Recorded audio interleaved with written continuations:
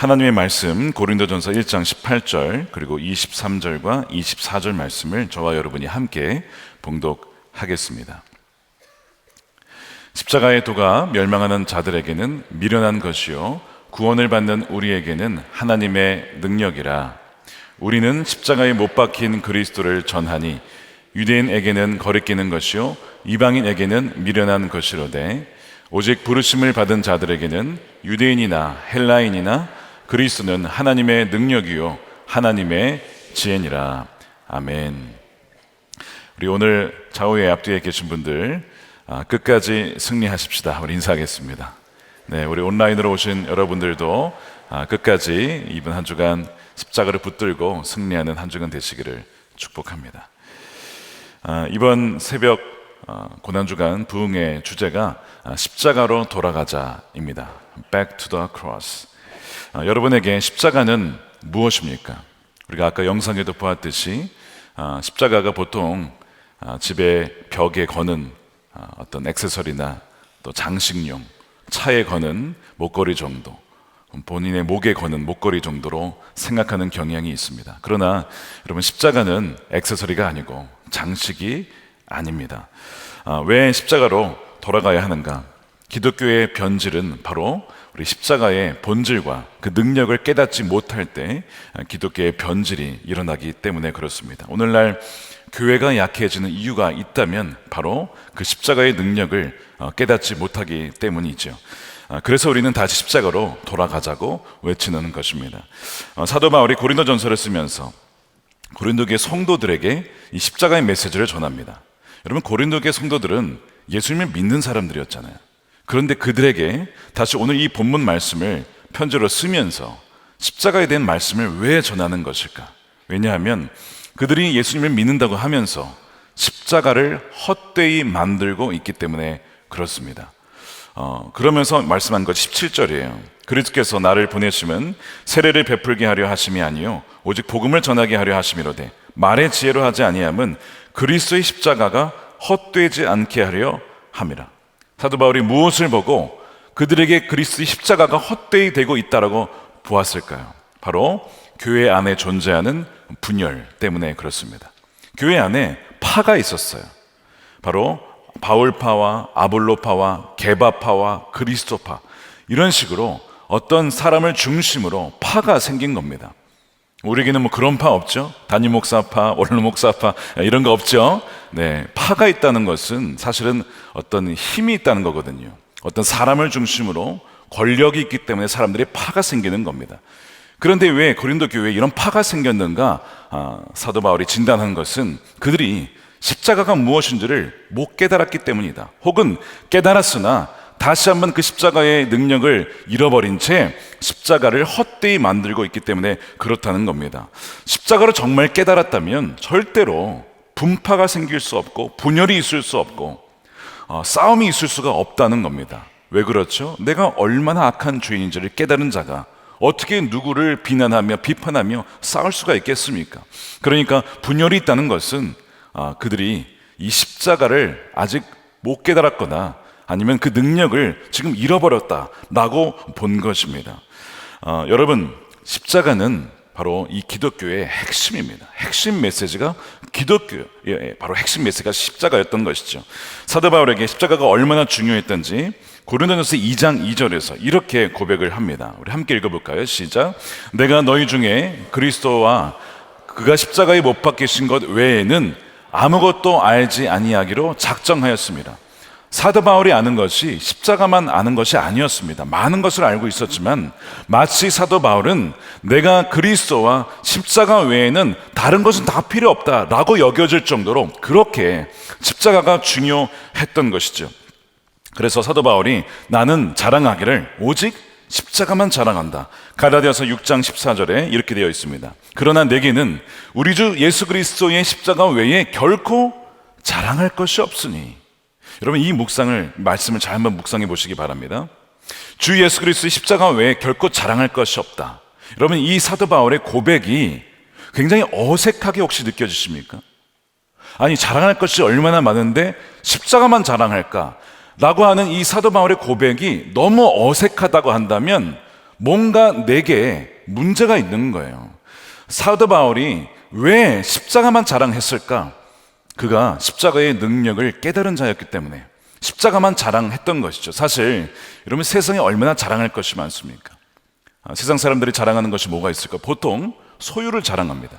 내가 가진 자동차를 봐. 야, 이거 신형이야. 얼마나 멋진 줄 알아? 내가 가진 집을 자랑합니다. 소유를 자랑해요. 돈을 자랑합니다. 부동산을 자랑합니다. 혹은 자신이 이룬 어떤 업적과 성취를 자랑하죠. 혹은 자기가 얼마나 어려운 학위를 땄는지를 자랑하기도 합니다. 혹은 자녀를 자랑하기도 합니다. 세상에는요, 자랑할 것이 굉장히 많아요. 그런데 지금 사도 바울은 내가 자랑할 것은 오직 십자가밖에 없다는 겁니다. 만약 여러분들이 여기에 동의하신다면 여러분은 진정 그리스도인입니다. 그러나 동의할 수 없다면 뭔가 우리는 지금 핵심을 놓치고 있는 것이죠. 왜 사도 바울은 오직 십자가만 자랑한다라고 했을까?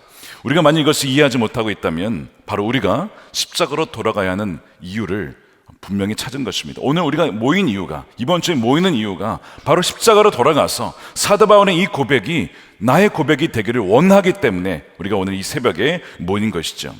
내가 그리스도인인지 아닌지, 내가 하나님의 성도요 또한 하나님의 백성인지 아닌지를 가르는 시금석이 있는데 그것이 오늘 18절 말씀입니다. 십자가의 도가 멸망하는 자들에게는 미련한 것이요 구원을 받는 우리에게는 하나님의 능력이라. 하나님의 능력이라.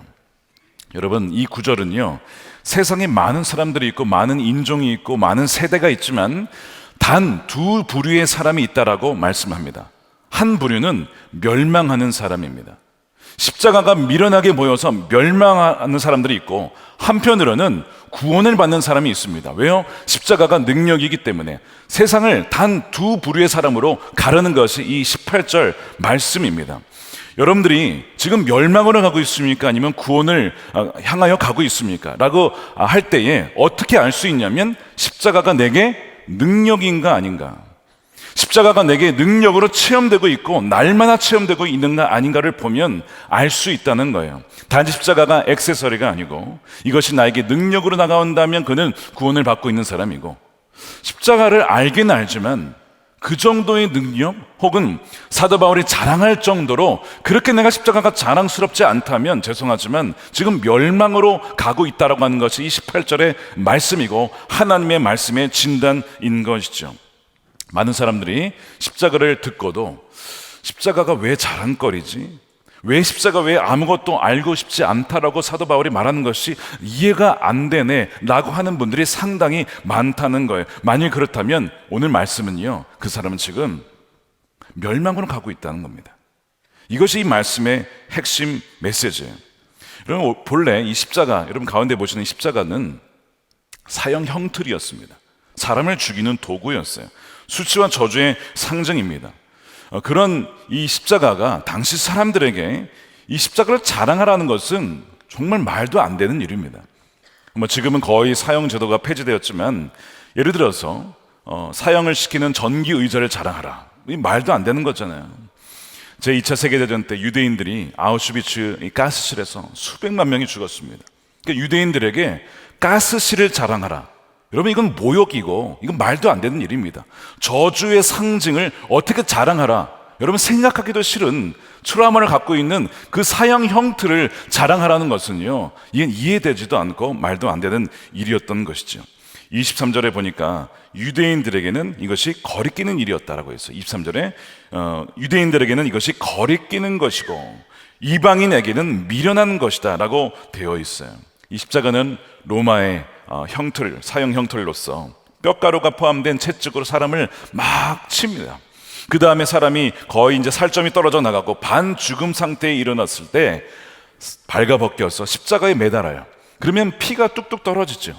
결국에는 서서히 그 사람을 죽이게 되는 것이 바로 이 십자가의 형벌이었습니다. 그래서 십자가에 매달렸다는 것은 그 사람이 아주 흉악한 자요, 범죄자요, 저주받은 자라는 의미였습니다. F.F. 브러스라는 이 신약학자가 십자가에 대해서 이렇게 얘기를 했습니다. 십자가에서 죽는다는 것은 극단적인 치욕이었다. 십자가형은 살아갈 가치가 전혀 없는 자들에게 선고되는 것으로 인간 이하의 존재에게 가해지는 형벌이었다는 거예요. 그러니까 십자가에 매달려 있는 것만으로 저 사람 끔찍한 죄인이었구나 라고 사람들에게 알려졌던 것이죠. 그러니까 유대인들에게는 이 십자가에 달린 사람이 절대로 메시아일 리가 없어요.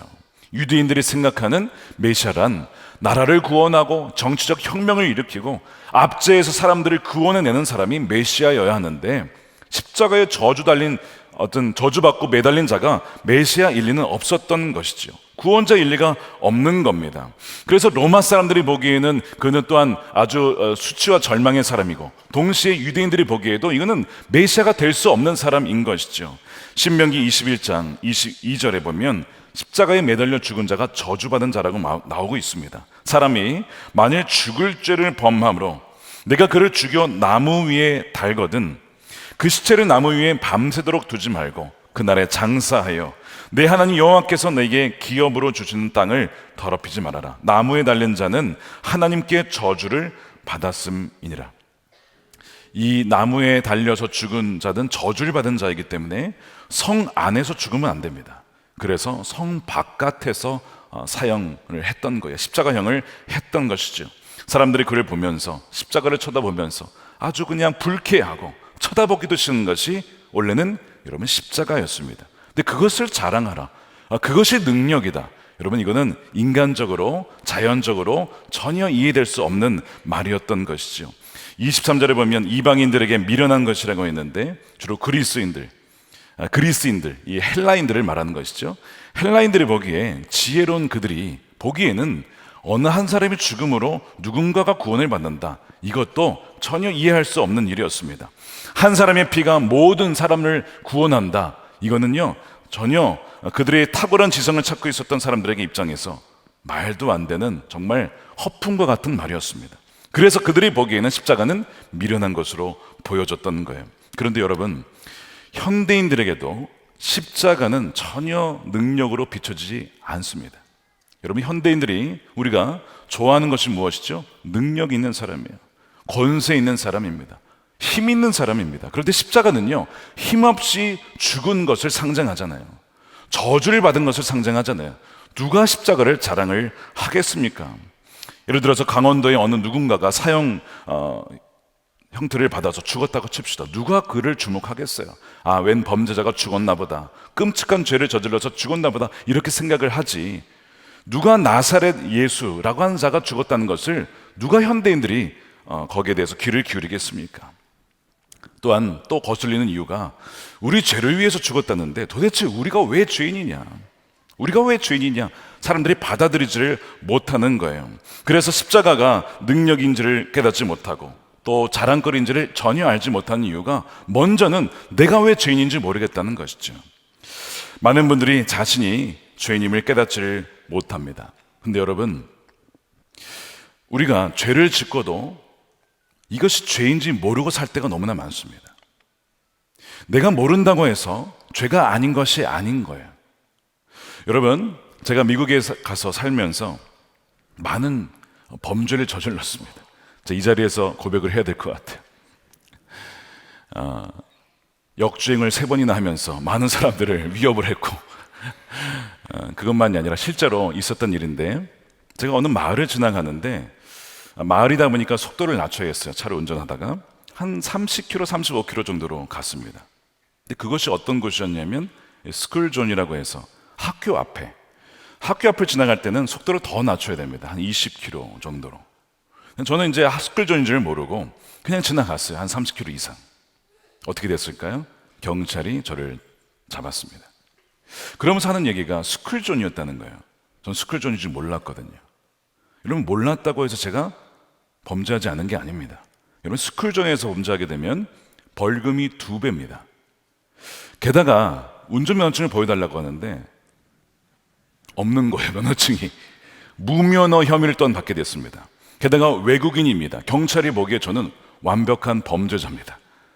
그러더니 뭐라고 하냐면요, 법정에 출두하라는 거예요. 코트에. 제가 그 말을 들었을 때 얼마나 놀랐을지 여러분 상상이 되십니까? 법정에 가서 판사에게 너의 죄를 말하는 거예요. 만일 혐의가 없다라면 거기에서 증명해 보이라는 겁니다. 제가 무슨 수로 한국말도 아니고 영어로 법정에 가서 저의 무죄를 입증하겠습니까? 때가 되어서 그 법정에 갔어요. 갔는데 거기에 모여 계신 분들이 다 죄인들입니다. 다 앉아 있어요.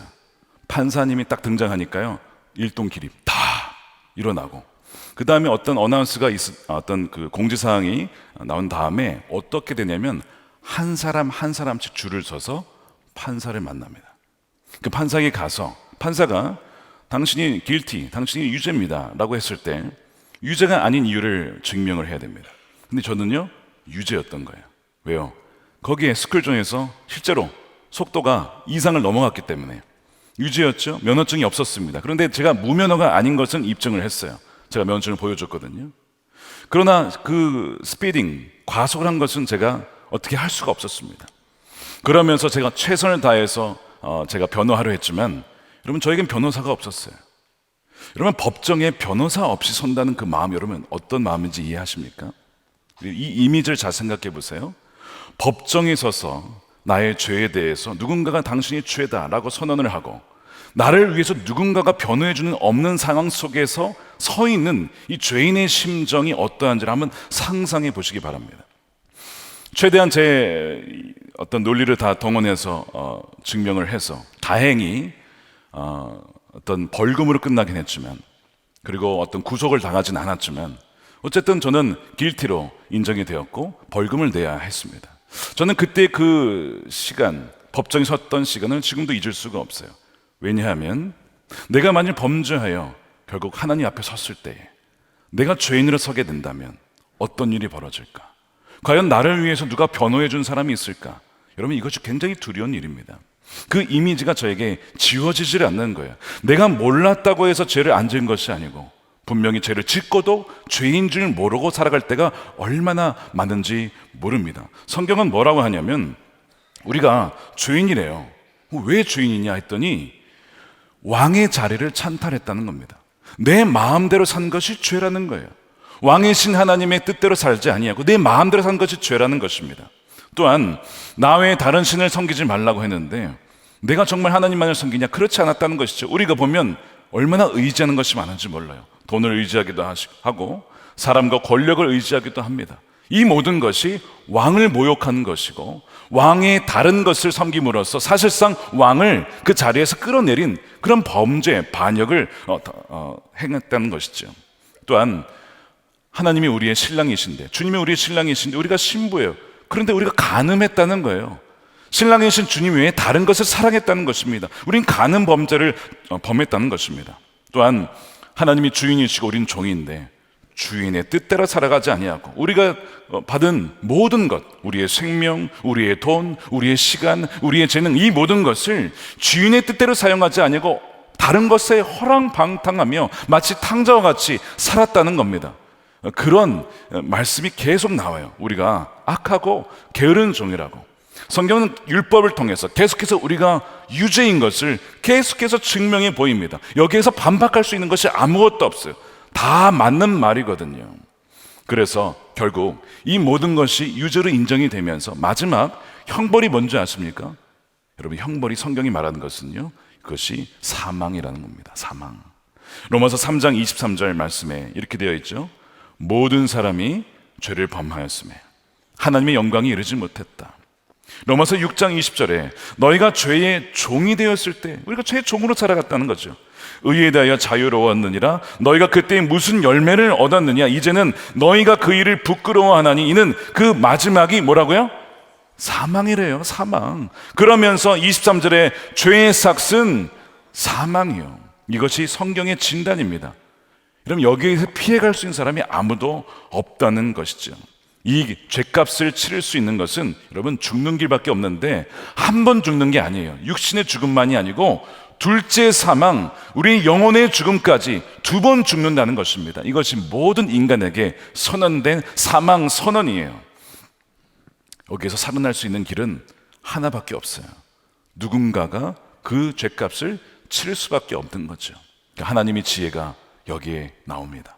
하나님께서 우리를 잊을 수 없고 우리를 포기할 수 없기 때문에 자신이 인간이 되어 그 아들을 보내줘서 그 아들에게 모든 죄를 다 뒤집어 씌운 겁니다. 십자가는 많은 걸 다 해본 다음에 안 된 마지막 플랜이 아니고 이미 창세 전에 하나님께서 세워두신 오리지널 플랜이었던 것이죠.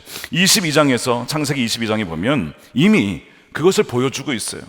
이삭을 바치려고 하자, 그 아들 이삭을 바치려고 하자 그 아들을 대신하여 양을 준비하셨고, 그 바쳐질 그 아들이 사실은 누구를 상징하는 거였냐면 바로 예수 그리스도를 상징하는 거였어요. 출애굽기에서 어린 양을 잡아서 대신 죽게 하면 장자가 살 거야. 그 어린 양이 바로 예수님을 상징하는 것이었습니다. 그런 식으로 계속 성경은 내내 우리를 대신해서 죽을 자를 예언을 하였고, 이사야 53장에 결정적으로 이런 말씀이 나옵니다.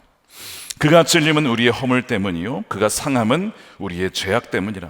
그가 징계를 받음으로 우리는 평화를 누리고 그가 채찍에 맞음으로 우리는 나음을 받았도다. 우리 함께 읽겠습니다. 우리는 다 양 같아서 그릇 행하여 각기 제 길로 갔거늘 여호와께서는 우리 모두의 죄악을 그에게 담당시키셨도다. 우리 모두의 죄악을 그에게 담당시키셨어.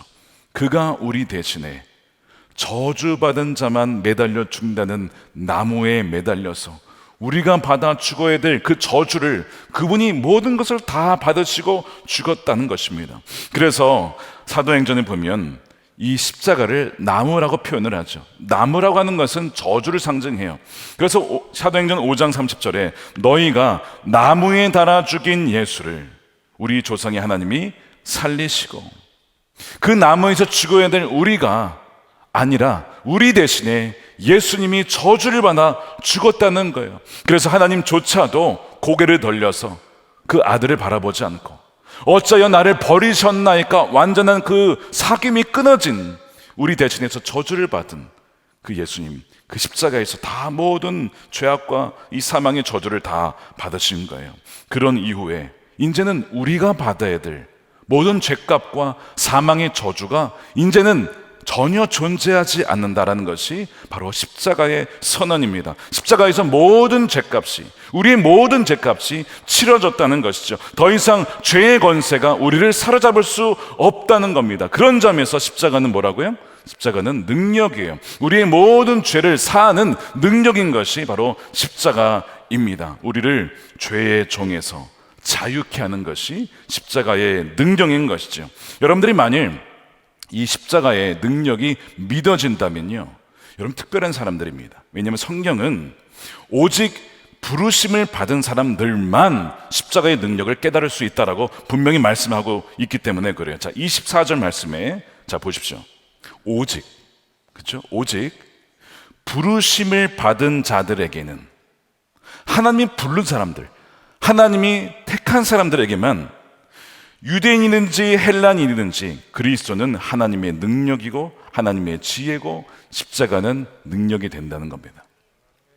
여러분 아무나 깨닫는 게 아니에요. 이것이 하나님이 불러주신 사람, 하나님이 나의 자녀로 택하여 주신 사람들만 이것을 깨닫게 되는 겁니다. 그래서 그 뒤에 보면요, 계속 무슨 말씀이 나오냐면 내가 택한 사람, 너희가 택함을 받았다. 자, 26절에 형제들아 너희의 부르심을 봐라. 육체를 따라 지혜로운 자가 많지 않고 능한 자가 많지 않고 문벌 좋은 자가 많지 않도다. 그러나 하나님께서 세상에 미련한 것들을 택하사, 여러분 택하다는 표현이 나오죠. 하나님이 택했다는 거예요. 지혜인 자들을 부끄럽게 하시려고 세상에 약한 것들을 택하사, 택함 받은 사람들만 십자가가 능력으로 분명히 체험된다는 것입니다. 그러니까 여러분들이 십자가의 능력이 경험된다면, 이것이 믿어진다면, 나의 모든 죄를 예수님이 다 지셨구나, 이것이 믿어진다면 여러분들은 어떤 사람들이라는 거예요? 부름받았고 택함 받은 사람인 줄 여러분 믿으시길 축복합니다. 하나님이 나를 불러주셨구나, 나를 택하셨구나. 그래서 이것이 우리에게는 십자가는 능력이 되고 십자가는 자랑이 될 수밖에 없다는 것이죠. 여러분, 예수님께서 나와 저와 여러분 모두를 다 위해서 죽으셨기 때문에 이제는 우리가 십자가를 바라볼 때에 정말 그분이 나를 대신해서 죄값을 다 치르셨고 더 이상 우리에게 쏟아질 죄값이 없음을 우리가 깨달을 때에 우리는요 십자가를 자랑하게 됩니다. 예수님의 의로움이 나의 의로움이 되었고 예수님의 생명이 나의 생명이 되었구나라는 것을 깨달을 때에 우리는 계속 그 십자가와 그 십자가의 예수 그리스도를 찬양할 수밖에 없는 것입니다. 여러분, 마귀가 우리를 유혹하죠. 우리를 정죄합니다. 우리가 이제 지난 사순절 기간 동안 7가지 죄에 대한 부분들을 점검했잖아요. 우리가 이번 주 정욕에 대한 부분인데, 여러분, 정욕에서 자유로운 사람이 있습니까? 탐욕에서 자유로운 사람이 있습니까? 그런 식으로 계속 우리를 유혹한단 말입니다. 그리고 마귀는 참소하죠. 야, 너는 가늠한 사람이야. 너 마음으로 음란을 품었잖아. 너 탐욕스러웠지. 너 누군가에 베풀지 않았잖아. 너만을 위해 살았잖아. 이런 식으로 계속 마귀가 참소를 합니다. 그럴 때에 여러분, 우리가 마귀에 의해서 괴롭힘을 당하고 참소를 당할 때 어떻게 해야 됩니까? 어떻게 해야 돼요? 여러분, 그때마다 십자가로 돌아가야 되는 거예요. 그래, 나는 죄인이야. 나는 범죄한 사람이야. 나같이 탐욕스러운 사람이 없고 나같이 음란한 사람이 없어.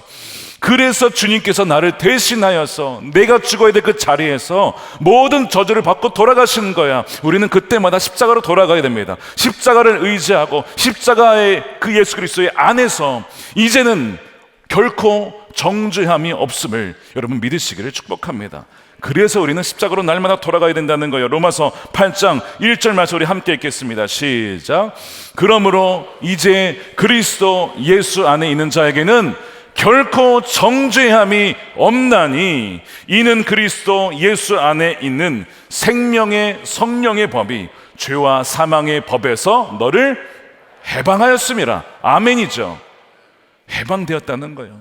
십자가의 사람, 십자가를 붙잡는 그들에게는 더 이상 어느 죄도 권세 있게 사로잡을 수가 없다는 거예요. 우리가 유혹을 받고 넘어질 때도 있지만 우리는 이미 죄의 종이 아니라 이제는 예수 그리스도의 종으로서 하나님의 자녀로서 살아가기 때문에 더 이상 마귀가 우리를 끌고 갈 수가 없다는 것입니다. 이것이 십자가의 능력인 거예요. 십자가는 우리를 구원하고 우리를 자유케 하는 바로 능력입니다. 우리가 나중에 하늘 법정에 설 때에 공의로운 목소리가 들릴지 몰라요. 완벽한 그 공의의 입장에서 우리가 얼마나 죄인이었는지가 사실은 다 드러날 수 있습니다. 이런 거죠. 이제는 죄인이었어. 교만하였고 허영으로 가득 찼으며 형제자매를 시기하였어. 나태하여 하나님의 사명에 게을렀고 분노로 사람들의 마음에 상처를 주었어. 얼마나 탐욕스러웠던지 남들과 나눠 가지려 하지 않았어. 게다가 음란하여 정욕으로 가득 찬 죄인이었어라는 공의의 소리가 들릴 수 있습니다. 여기에 반박할 수 있는 사람이 어디 있겠어요? 다 맞는 얘기거든요. 요한일서에 보십시오. 우리가 죄가 없다라고 하면 거짓말하는 자라고. 여러분, 죄가 없는 사람이 없어요.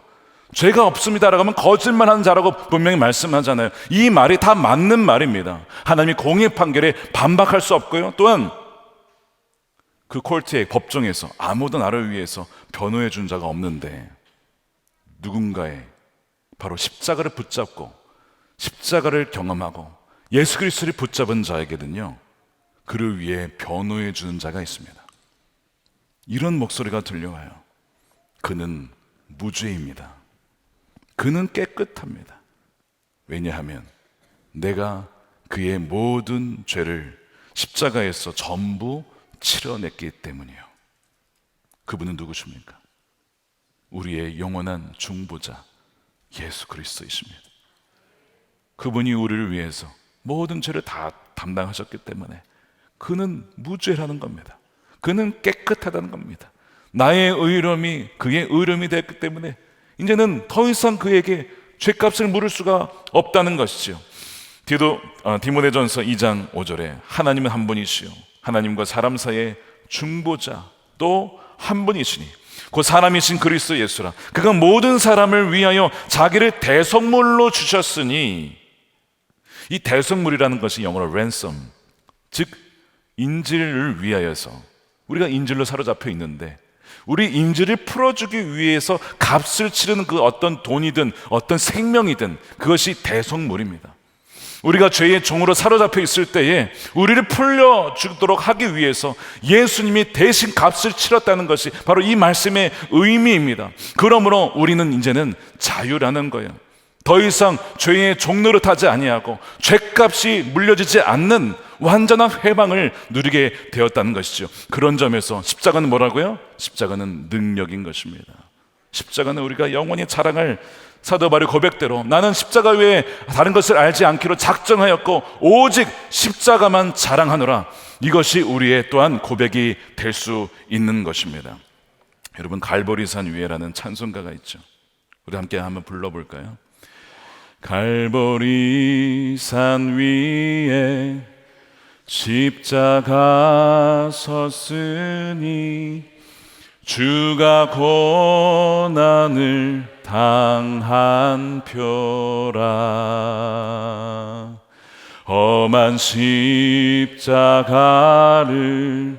내가 사랑함은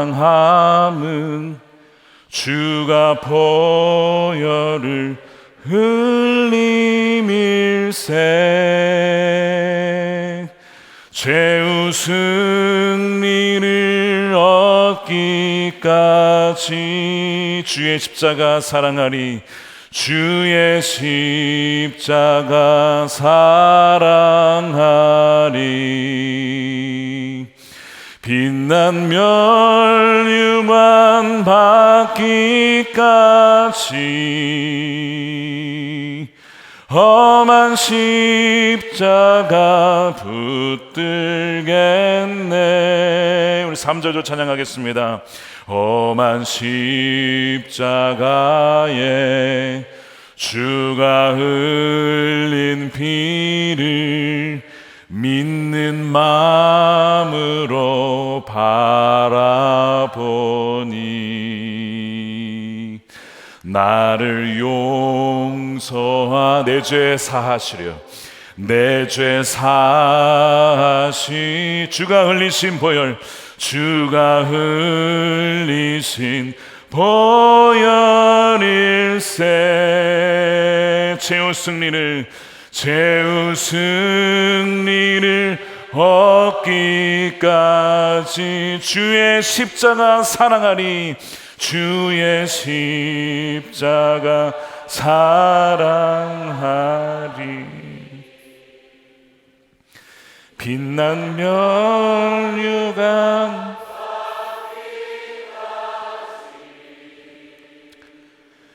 험한 십자가 붙들겠네. 우리가 하나님 앞에 섰을 때 우리가 당당하게 그 앞에 설 수 있는 이유는요, 다른 것이 없어요. 예수님께서 우리를 위해서 모든 죄를 다 십자가에서 치르셨기 때문에 우리는 완벽한 삶을 살 수가 없습니다. 그런데 주님께서 완벽한 삶을 살아내셨고 완벽한 순종을 이루셨어요. 그분의 의로우심이 우리의 의로움이 되었기 때문에 우리는 주님 앞에, 하나님 앞에 설 수가 있는 것입니다. 그러므로 여러분, 십자가는요, 우리의 평생의 자랑이 되어야 됩니다. 우리는 평생 십자가, 예수 그리스도의 십자가를 사랑해야만 합니다. 사랑할 수밖에 없습니다. 사랑하는 여러분, 우리가 이번 십자가로 돌아가자, 우리 고난주간 특별 새벽 부흥회를 우리가 시작하면서 우리 평생의 십자가가 우리의 능력이고 우리의 자랑거리고 우리의 사랑의 대상인 그것을 증언하며 살아내며 또한 선포하는 저 여러분들의 삶이 되시기를 우리 주님의 이름으로 축원드립니다. 우리 함께 기도하겠습니다. 우리 첫 번째로 기도할 때에 우리 18절 말씀 붙잡고 기도하겠습니다. 십자가의 도가 멸망하는 자들에게는 미련한 것이요 구원을 받는 우리에게는 하나님의 능력이라. 주님, 우리 모든 죄를 사하시고 죄의 권세에서 해방시키신 십자가의 능력을 날마다 누리며 살게 하소서. 죄에 굴복하는 자가 아니라 죄를 이기며 승리하는 삶을 살아가게 하여 주시옵소서. 우리 주여 한번 외치고 기도하겠습니다. 주여. 그렇습니다. 주여, 십자가의 놀라운 구원의 능력, 우리를 자유케 하는 그 능력을 누리며 날마다 살아가게 하여 주시옵소서. 아버지는 십자가의 아버지의 능력을 붙잡고 죄를 이기며 승리하며 하나님 살아가는 하나님 사랑하는 성도들의 삶이 되기를 원합니다. 그리스도 예수 안에서 결코 정죄함이 없다고 하였습니다. 그것이 바로 십자가의 능력입니다. 우리 모든 죄의 사슬에서 해방케 하시고 자유케 하신 하나님의 놀라운 그 십자가의 보혈의 능력을 찬양합니다. 하나님 이 십자가의 능력을 아버지 우리 삶 가운데 날마다 십자가의 중심에 모시며 살아가게 하여 주시옵소서. 끝나면 영원 얻기까지 달려나가는 사랑 성령을 되게 하여 주시옵소서. 할렐루야 찬양합니다. 그 놀라운 능력을 우리가 사랑하는 하나님 우리 사랑 성령을 되게 하여 주시옵소서. 아버지 하나님 우리가 어쩔 수 없지만 우리의 죄로 말미암아 유죄로 말미암아 죽을 수밖에 없지만 죄의 삭은 사망이라 죽을 수밖에 없지만 하나님께서 해독제자를 내어주심으로 살려주셨으니 이 감격과 감사와 찬양으로 살아가며 나아갈 수 있도록 인도하여 주옵소서. 우리 한 번 더 기도하고 우리 개인적으로 기도하시다가 가겠습니다. 오늘도 우리 강단에 속시 기도하실 분, 또 앞에 나와 기도하실 분들 우리 방석이 예비되어 있으니 나오셔서 기도하셔도 좋겠습니다. 우리 두 번째로 기도할 때 갈라디아서 6장 14절 말씀 붙잡고 기도합니다. 그러나 내게는 우리 주 예수 그리스도의 십자가 외에 결코 자랑할 것이 없으니 주님 오직 주 예수 그리스도의 십자가만 자랑하는 자가 되게 하여 주시옵소서.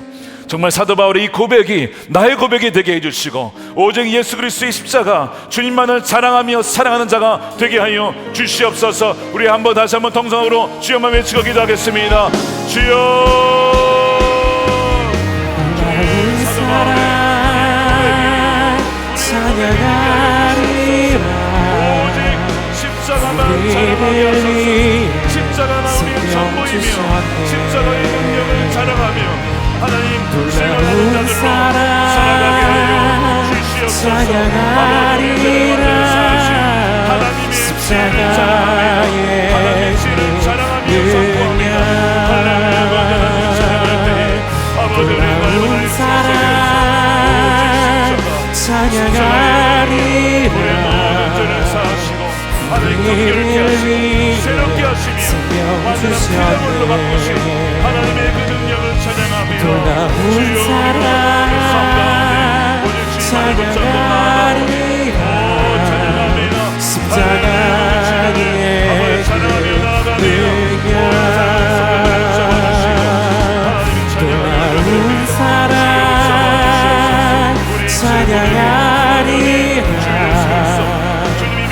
우리를 위해 십자가면 충분하며 하나님 우리를 완전히 자유케 하신 죄와 사망의 권세에서 완전히 해방시키신 하나님의 그 찬양하리라. 십자가의 그 능력 놀라운 사랑 찬양하리라. 우리를 위해 생명 주셨네. 놀라운 사랑 찬양하리라.